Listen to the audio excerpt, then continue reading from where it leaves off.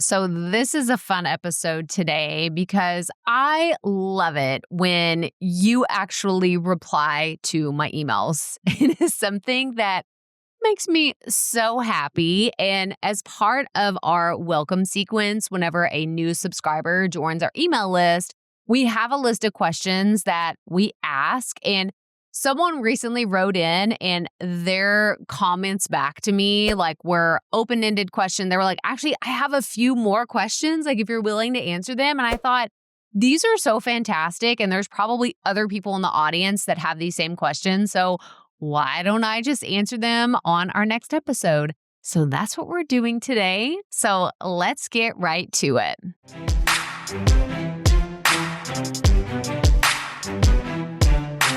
All right, welcome back to another episode of the Profit Podcast. If we have not met, I'm Crystal Profit. I am your content coach and strategist. And today is going to be a fun one because it's going to be a combination of what this, audience member, what their experience is. And I'm going to share the thoughts and feelings that I have about someone who's published 1,500 plus episodes and the experience I have with coaching others in feeling more confident behind the microphone, on stage, and really creating that consistent content. So I'm going to leave today's submissions anonymous. So you're not actually going to know exactly who said it. But if you're listening to the podcast regularly and you know who you are, then I would love to give you a shout out in a future episode. But I'm going to keep you anonymous today. So the person that submitted these, like I said, we have a welcome sequence. If you're brand new to email marketing and you have no idea what a welcome sequence is for creating your content, having a lead magnet, getting people on your list, you're like, that's a foreign language to me, then make sure you check out our playlist all about email marketing for digital marketing or digital products. Make sure you check that out because it has a lot of beginner intro things that can help you grow your email list. But what I did is I have questions in the first email that you get from me if you're a brand new subscriber to my email list. And at the very end, I ask people to answer these questions. Some people respond, some people don't, and that's totally okay. But it makes my heart so happy whenever y'all reply to my emails. So please keep doing that. If there's some of you that are regularly replying to my emails, thank you so much. I really appreciate it. But this one, I'm not going to read the original questions we have because, again, please go join my email list. You can go to crystalprofit.com, go all the way to the bottom in the footer of my website, and there's a place for you to get regular updates. So make sure you go do that. But this is what they said. They said, one, there's 5 things that we're talking about here today. 1, I'm keen to get started with a podcast, but I'm not sure I have the right space or backdrop. I wonder if it would be more successful with visual podcasting for myself and co-host, or if I should build videos that follow the audio content somehow. Now, in true coach, fashion, I followed up their question with a question. So I said back to them, are you already comfortable with video? If yes, then I'd say lean into that. If not, then focus on audio only setup for now with the intention to upgrade to a video setup in the future. This is how I got started, and it's still a good approach.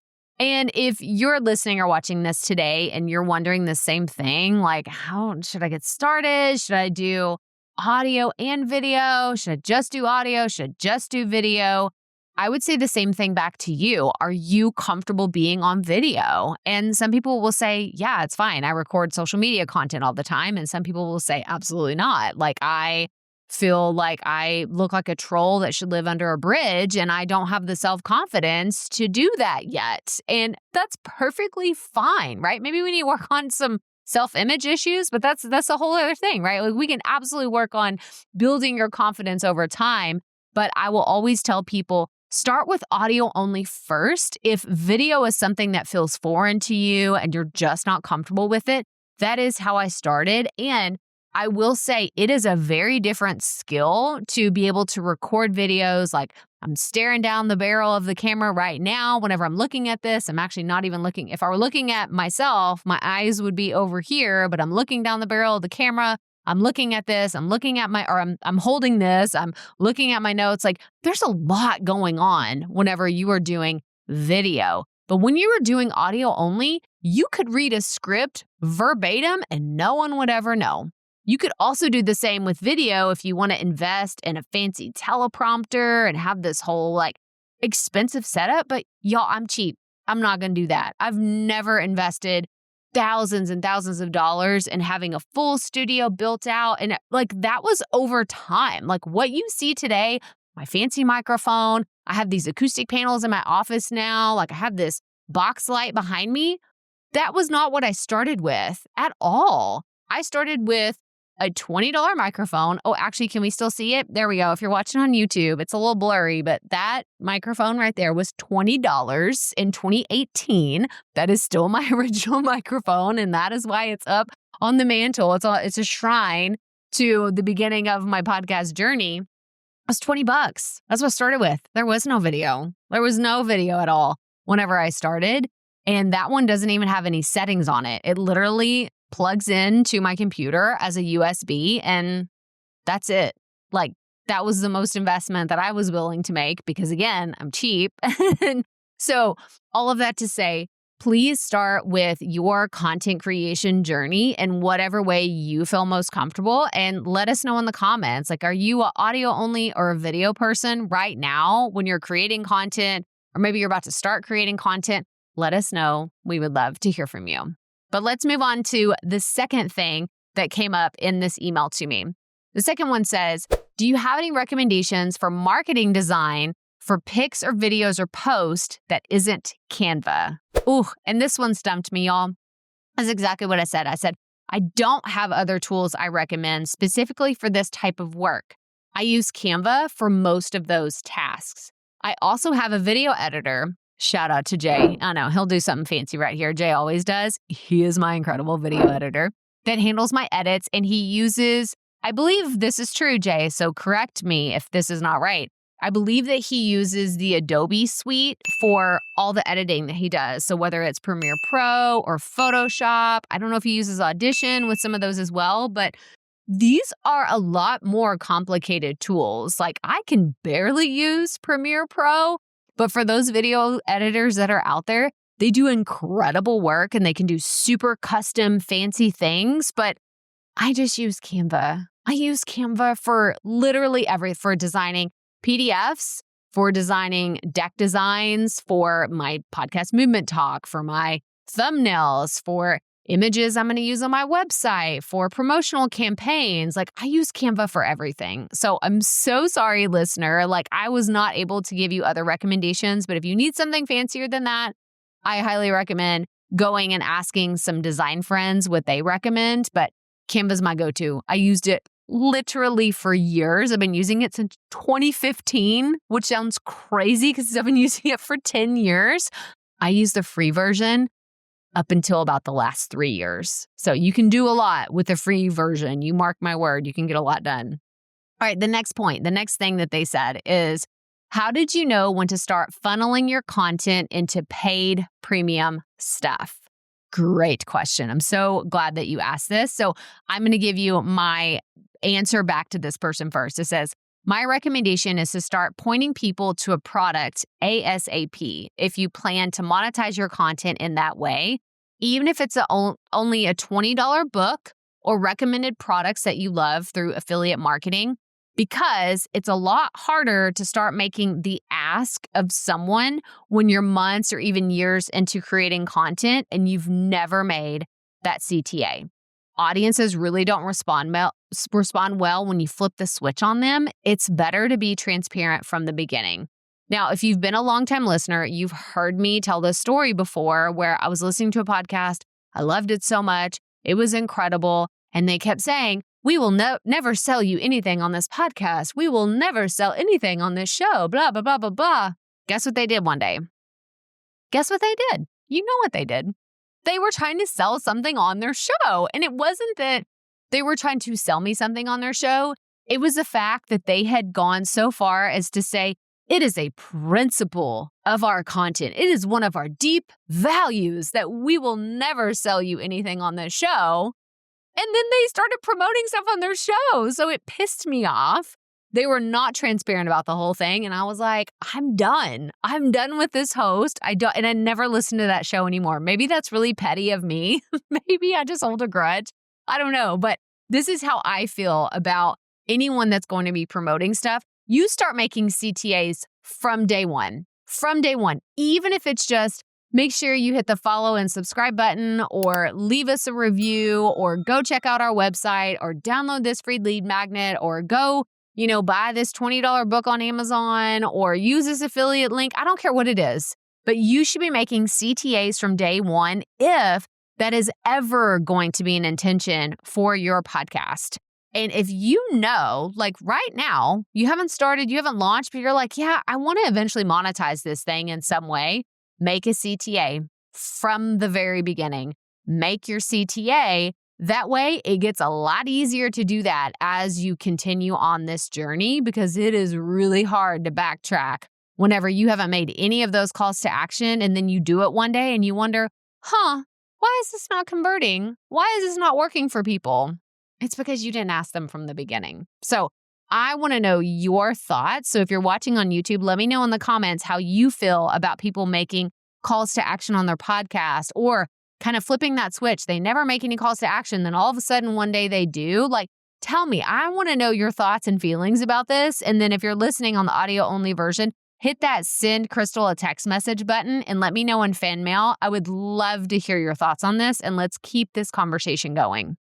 All right, let's move on to the fourth point that we have today. So the question is, do you utilize Patreon? If so, has your experience lived up to your expectations? I'll be really honest, I don't use Patreon. Well, let me read exactly what I wrote back to this person. I said, I don't use Patreon, but I have a friend who does and has had great success with her bedtime stories podcast. She creates extra content for her subscribers, custom stickers, and sends them personalized thank you notes. So Jordan Blair, shout out, she has the Dreamful podcast and it's all about bedtime stories. You should absolutely go check it out. But she's done really well with Patreon because she gets so many downloads. She says millions of downloads on her podcast. And she loves doing Patreon because she doesn't want to have ad spots in her show. People literally listen to her podcast, whether it's adults or children, to go to sleep. That is the whole purpose of it and you have to go listen to her voice. Like maybe we can put in an audio clip or something of her show. Welcome to Dreamful Podcast. Bedtime stories for slumber. To start this episode off, her voice is absolutely incredible to fall asleep to, right? What a compliment. Jordan knows I mean well, and we've told her this before, like your voice is so soothing and maternal, and it's so delicious to listen to her. And I think that it's really cool that she does this on Patreon because it allows her to give a shout out to her recent Patreon subscribers. And she can do that in the pre-roll or the post-roll of her episodes, but it doesn't have to be something that's jarring in the middle of an episode. If someone's like almost falling asleep and then it's like, and by the way, make sure you sign up for our Patreon. No, she didn't do that. She didn't do that. So it works out really well for her. I know other people that have had great success, so I think it's absolutely worth checking out, but it's not something I personally do. All right, last point. All right, last question, last point for this episode today. The person wrote in and said, how often do you post? And I said, I publish one podcast episode per week, which is also turned into a YouTube video with the same content. Now, this is what consistency looks like for me. This doesn't have to mean this is what consistency looks like for you. And I am a firm believer that everyone has their own version of what showing up consistently looks like. So figure out what that looks like for you. For me, I love showing up once a week. It feels like the right cadence for me to be in front of my audience, to be present, to continue showing up in a regular way. But for some people, that's daily. And for some people, it's monthly. I know some people that only put out quarterly podcasts. So it's totally up to you on what that looks like. But at the end of the day, find something that works with your lifestyle, both personally and professionally, and what you have going on, and make sure it's something that you can commit to, because that's the thing that I find is once someone really commits to what they're doing, it's almost impossible to keep showing up as long as you've created a content system that works really well for you and how you plan and record. And if you've never heard me talk about this before, please check out our Prep'em method. That's PREPM. I actually have a download that I'll link here. It's go to crystalprofit.com/Prep'em, and you can download our free guide where I dive into the details of what the Prep'em method is. But it's really a content system. It's the only content system that you need to help you stay consistent, help you publish regular content, and really fit your content into your lifestyle instead of the other way around. Because I find so often that people try to shove in their content in these weird places and their content ends up running their lives when really it should be something that fits seamlessly and naturally into what you're already doing on a regular basis. So please go check that out. And we'll link to a video too where I do a deeper dive into the Prep'em method here that we use at Profit Media for every single piece of content that we create. But again, please reply to my emails if you have questions. Like, I think people get surprised when they email me and I email them back and I give them actual resources and answers and responses to their questions. So we love to hear from you. So leave us a comment if you're watching on YouTube, or send us a fan mail if you're listening to the audio only version. Again, you can hit that send Crystal a text message button, and I read all of those. And some of those even get featured in upcoming episodes of the podcast. So please reach out to us. We love hearing from you.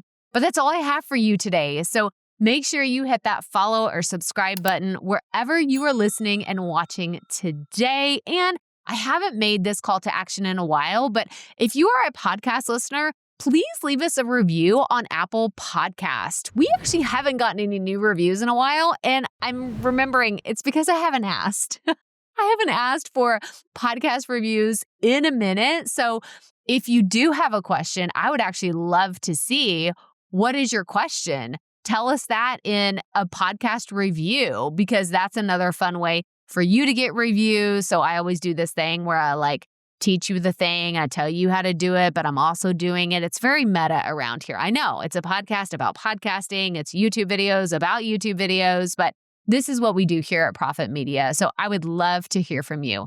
But I'm going to leave you with this, and this is how I end all of our episodes, and that is, keep it up. We all have to start somewhere.